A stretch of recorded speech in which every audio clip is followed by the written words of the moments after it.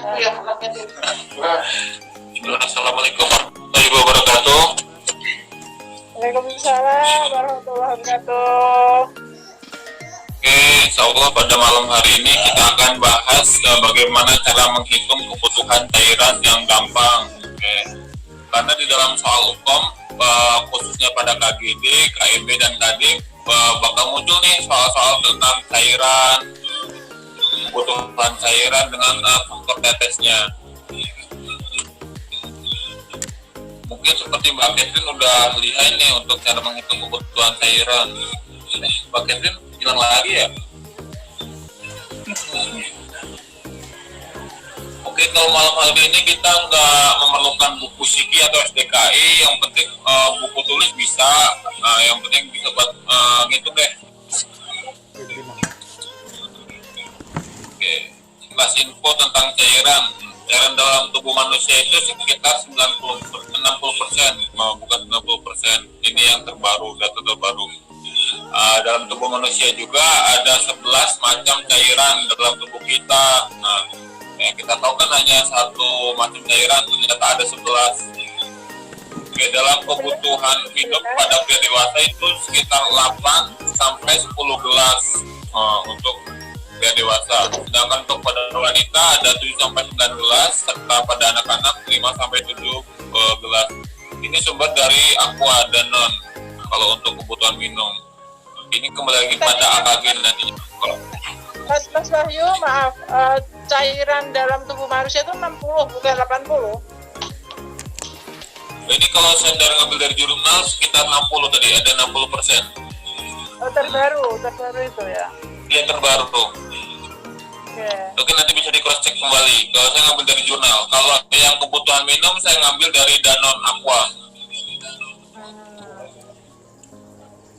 Oke, lanjut. Kalau air merupakan benda penghantar listrik terbaik setelah tembaga dan emas. Jadi ketika kita banyak cairan kan, kondisi kita 60% cairan jadi sangat mudah untuk tersengat listrik. Itu sekilas info aja gitu. Terus ini ada beberapa sih penyebab kurangnya cairan. Pertama dari asupannya sendiri yang kurang, intake yang kurang, terus ada pendarahan, misalkan pasca operasi atau memang dia kecelakaan, ada luka bakar, ada suhu ekstrim. Ketika kita tidak mendapatkan suhu ekstrim bisa menyebabkan luka bakar, misalkan suhunya terlalu tinggi maupun rendah. Suhu ekstrim juga bisa meningkatkan dehidrasi. Terus ada kerusakan fisiologis, misalkan pada organ ginjal. Ketika pasien-pasien yang mengalami CKD atau gangguan ginjal, gagal ginjal, itu kan inputnya dibatasin. Ketika inputnya dibatasin itu akan menyebabkan kurangnya cairan. Karena kalau inputnya tidak dibatasin, terutama pada cairan, itu akan meningkatkan kerja ginjal dan menyebabkan edema. Kuncinya, ini beberapa kunci yang harus kita perhatikan dalam seputar cairan tubuh manusia. Yang pertama, kita harus tahu persentase luka luas bakar. Ketika luas luka bakar ini terjadi pada pasien-pasien tersengat listrik ataupun terbakar, ini pada soal UKOM paling banyak keluar tentang luka bakar. Jadi nanti pasti muncul insya Allah nih. Terus ada harus tahu berat badannya. Ini kenapa harus tahu berat badan? Ini akan berpengaruh pada penghitungan pada rumus. Nah, jika ada lanjutnya ada harus tahu rumusnya. Terus ada harus tahu penggunaan jenis cairan.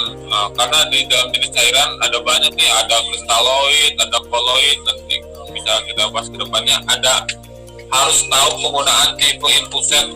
Infuset ada dua macam, ada mikro, ada makro. Ini berpengaruh pada faktor tetesnya. Nah, ini yang harus kita apalin. Ini hafal atau tidak?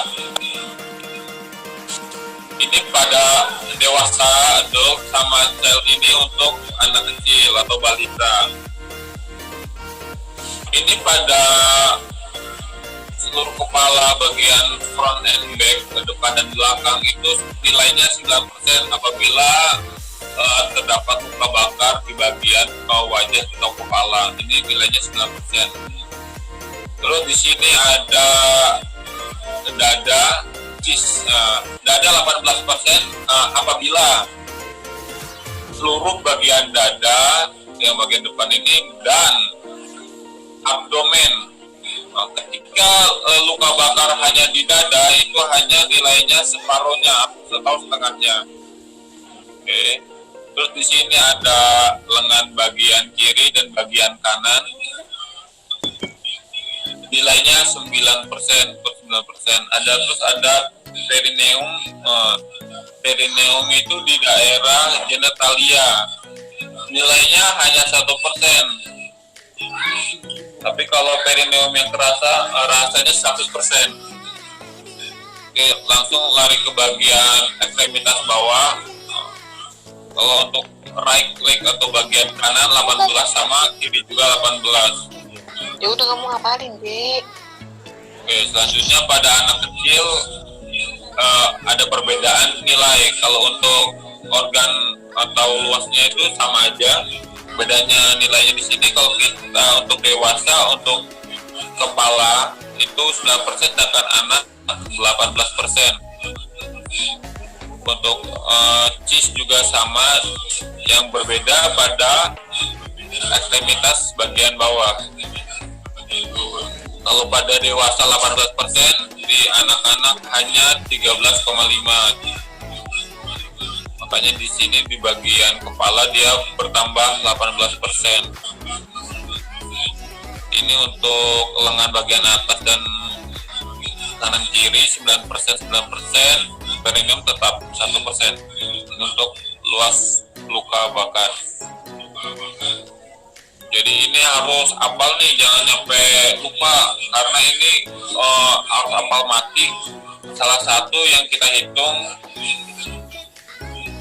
pada rumus. Ini rumus kebutuhan. Ketika kita ditanya rumus kebutuhan, itu otomatis berapa mili sih, berapa cc yang kita butuhkan dalam merawat pasien tersebut. Untuk tahu itu kita harus hafal namanya rumus. Rumus yang paling umum digunakan perawat adalah rumus Baxter. Jadi merupakan rumus termudah menurut saya. Ada 3 komponen pada rumus Baxter. Yang pertama 4 mili. Kenapa 4 mili? Ini memang sudah jadi acuan. Pada rumus Baxter ini sudah angka mati dah 4 mili. Terus yang kedua ada berat badan. Ini dalam bentuk kilogram. Kita harus tahu berat badan pasien berapa. Kalau nggak ada berat badan pasien, kita nggak bisa nggunain rumus Baxter. Selanjutnya ada luas luka bakar, persentase tadi. Jadi makanya kenapa kita harus hafal persentase luka bakar. Oh ini kalau untuk dewasa cara mudahnya saya menghitung bentuk segitiga. Nah, contohnya nih dari rektum itu bagian kanan naik ke atas bagian kepala, bagian kiri itu 9 semua poinnya. Oke. Bagian bawah juga dari kaki kanan ke dada, terus ke bagian kaki kiri itu 18%. Sisanya tinggal 1% di bagian perineum. Jadi gitu sih. Kalau saya dalam menghafal persentase luka bakar untuk bagian dewasa. Kalau untuk anak kecil nggak bisa diterapin karena beda nilainya antara dada sama bagian kaki, itu atas bawahnya beda. Kalau untuk yang dewasa enak 9, ini 18, dan ini 1%. Oke, kebutuhan. Jadi yang perlu diingat rumus menghitung kebutuhan 4 mili dikali berat badan dikali luas luka bakar. Udah itu doang. Setelah kita dapat, itu adalah hasil selama 1 kali 24 jam. Ini untuk pembagiannya lagi. Ketika sudah mendapatkan hasilnya, 8 jam pertama itu 50% atau setengahnya. Misalnya nanti didapatkan 2000 mili. Berarti 8 jam pertama 1000 mili. Habis itu naik ke 8 jam berikutnya itu setengahnya dari jam pertama. Jadi sekitar 25%nya. Kalau misalkan tadi dari 2000 berarti dia sekitar 500 mili untuk 8 jam berikutnya, 8 jam kedua dan 8 jam ketiga. Seperti itu. Nih, untuk contoh soalnya. Seorang pria usia 45 tahun, anggota PLN, datang ke UGD dengan keluhan nyeri akibat kecelakaan saat memasang arus listrik. Didapatkan luka bakar pada seluruh bagian kepala, lengan sebelah kanan dan lengan depan sebelah kiri. Berat badan diketahui 60 kg. Yang ditanya berapakah kebutuhan cairan pada pasien tersebut. Ini penyelesaiannya. Jadi pada seluruh bagian kepala itu nilainya 9%. Untuk lengan sebelah kanan itu poinnya 9%. Lengan depan sebelah kiri. Jadi enggak semuanya bagian depan aja 9% bagi 2. Jadi total kita mendapatkan 22,5%. Untuk berat badannya tadi 60% dan 4 milinya. Itu jangan lupa. Oke. Itu tinggal masukin aja sesuai rumus. Misalkan nih 4 mili dikali tadi kita mendapatkan persentasenya 22,5% dikali 60 kg. Itu mendapatkan hasil 5.400 mili. Jadi pada 8 jam pertama kita bagi 2 aja dari 5.400, hasilnya 2.700 mili. Oke.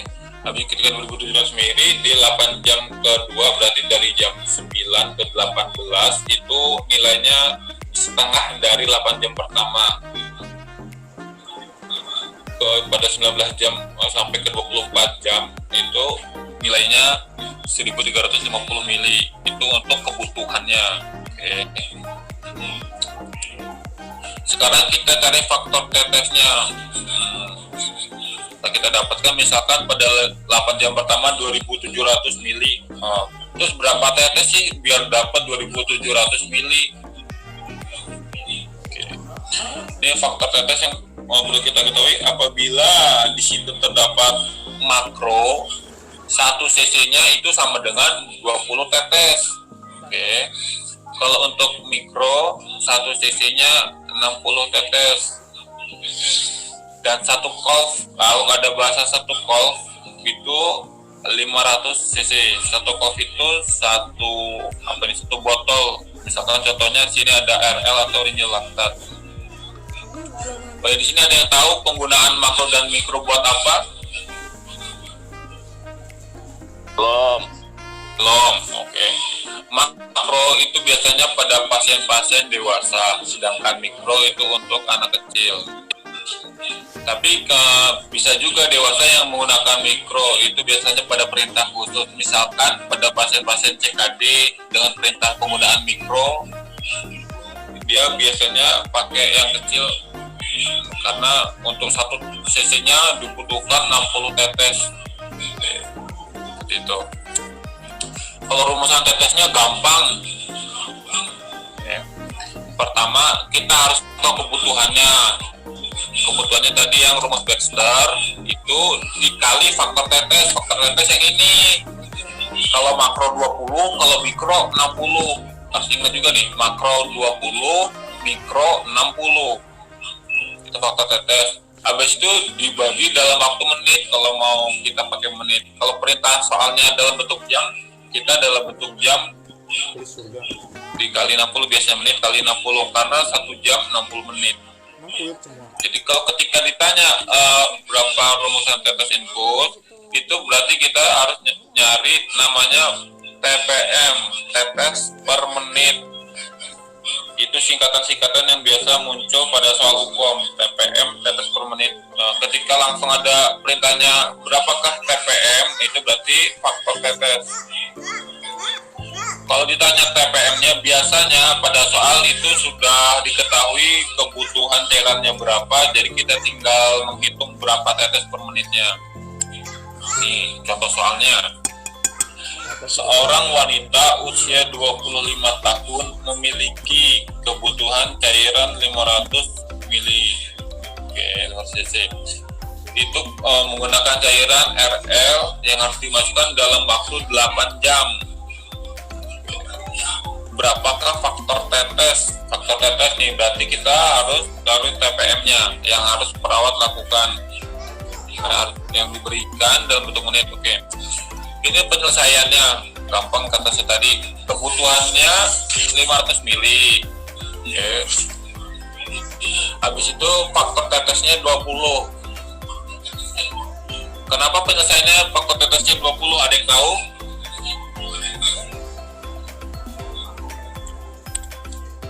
Makro.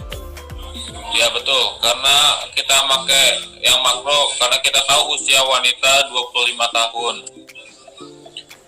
Terus di sini ada, nah ternyata dia kan kebutuhannya 8 jam, kita kali aja nih 8 kali 60, karena kita butuh menit, dalam waktu menit.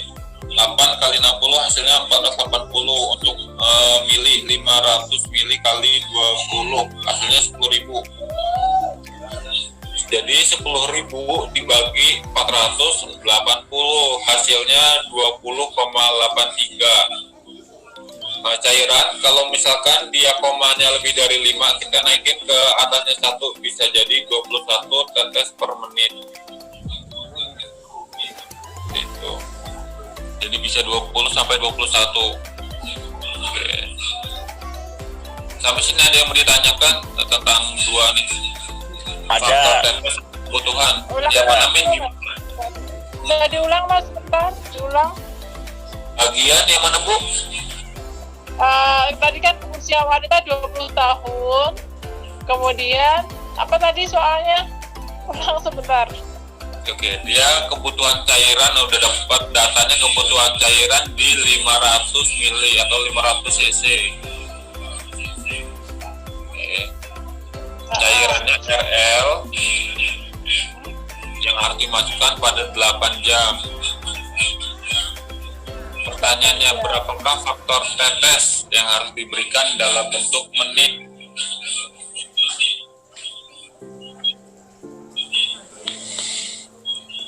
Jadi di sini kita tinggal masukkan saja. Pertama kita harus milih dia mau kita masukkan makro atau mikro. Kalau makro 20 tetes, kalau mikro 60. Karena kita tahu dewasa, kita masukkan di sini. Kebutuhan dikali faktor tetes 500 dikali 20, kita bagi dalam bentuk menit. Oke, karena dia instruksinya buat 8 jam, berarti kita 8 kali 60. Oke, karena 8 jam kali 60 hasilnya 480 menit, dan kebutuhan dikali faktor tetes hasilnya 10.000. Hasilnya dari pembagian 10.000 dibagi 480 yaitu 21 tetes per menit.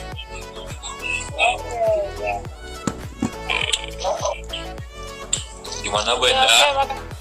Ya oke, makasih Mas Wahyu. Oke. Yang lain ngitung nih. Ayo nanya. Ya bantuin. Mas, nanti materinya di-share di grup kan ya Mas ya? PPT-nya ya? Siap di share Oke. langsung. Iya, maaf nyambi-nyambinya banyak, jadi mengikuti dulu saja. Nyambi juga soalnya. Ya begitu. Nggak apa-apa. Boleh tanya? Lain. Iya Pak Amin. Pertanyaannya, saya belum paham tentang penggunaan infus dan jenis infus dan untuk apa saja. Terus ketika kita di rumah sakit atau di klinik menentukan tetes itu berdasarkan apa? Oke. Yang kita bahas kan ini luka bakar. Kalau yang lain, misalnya Oke, siap. Pada umumnya penggunaan infus itu berkaitan tentang cairan. Oke. Ada zat cair yang kita masukkan ke dalam tubuh manusia. Jadi beberapa fungsi dari pemasangan infus, yang pertama, ketika pasien mengalami dehidrasi atau kekurangan cairan yang nggak bisa secara peroral. Oke. Yang kedua, apabila kita ingin memberikan obat secara intravena, kita bisa memberikannya pada infus. Yang ketiga, apabila kita ingin transfusi darah, kita bisa menggunakan metode infus. Oke. Beberapa. Terus tadi jenis-jenis infus. Jenis infus ada dua, yaitu makro dengan mikro. Makro gede, mikro kecil. Karena dia besar si makro, jadi kecil nilainya 20, sedangkan si mikro yang kecil nilainya besar 60 tetes per menit. Itu untuk tetes per menitnya, Pak. ya Gimana? maksud saya itu kan ada NaCl, Oh, HCl, kegunaannya untuk apa aja gitu maksudnya. Kayaknya nggak dibahas malam ini. Oke, dalam cairan itu ada beberapa cairan, misalkan kristaloid dan koloid. Ya, Itu pembagiannya banyak, tergantung kebutuhannya. Kalau untuk pasien-pasien misalkan diare, dia lebih cenderung pada NaCl karena elektrolit yang diperlukan. Dalam NaCl juga itu ada persentasenya, ada yang 9%, ada yang 3%. Oke. Untuk pasien dehidrasi ringan kita penggunaan 9%. Kenapa nggak yang 3%? Karena pada 3% itu pada pasien-pasien hek alat. Pening lagi kan? Oke. Itu contoh cairan. Cairan juga ada namanya cairan asering. Nah, ini pada pasien-pasien pada shock. Ketika pasien shock, dia menggunakan asering yang dihangatkan. Nah, ntar kita bahas deh tentang cairan biar gak pening. Kita malam ini baca hitung-hitung dulu ya, Pak. ya siap. Ya, oke, hitung-hitung ada yang bingung gak nih, Pak? Pemamin.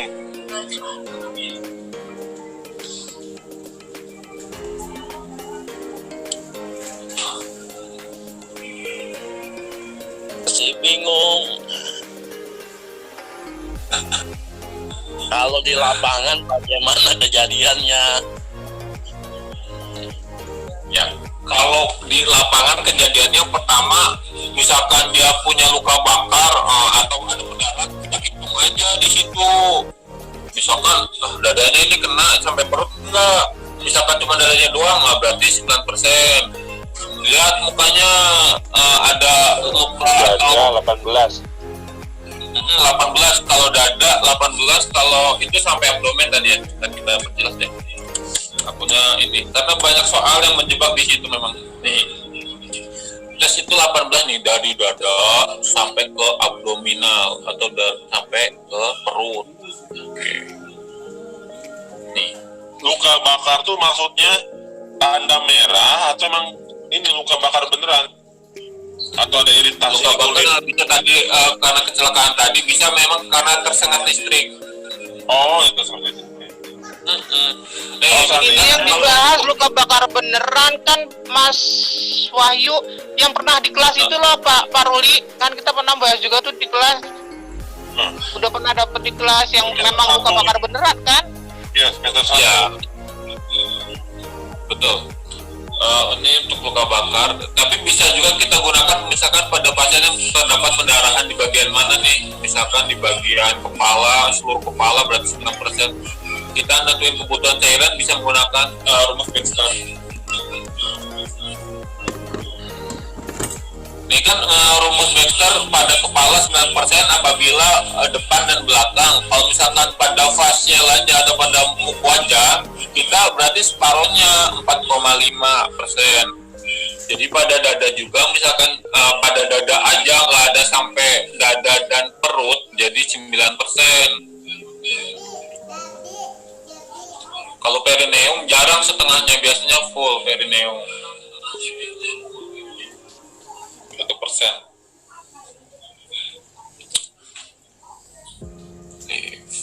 Ini harus diapalin sih. Perineum yang kanan enggak ya? Gimana? Kalau perineum belum tangan yang kanan enggak ada ya? Perineum 1, Pak. Genitalia mah 1, nggak ke kanan nggak ke kiri.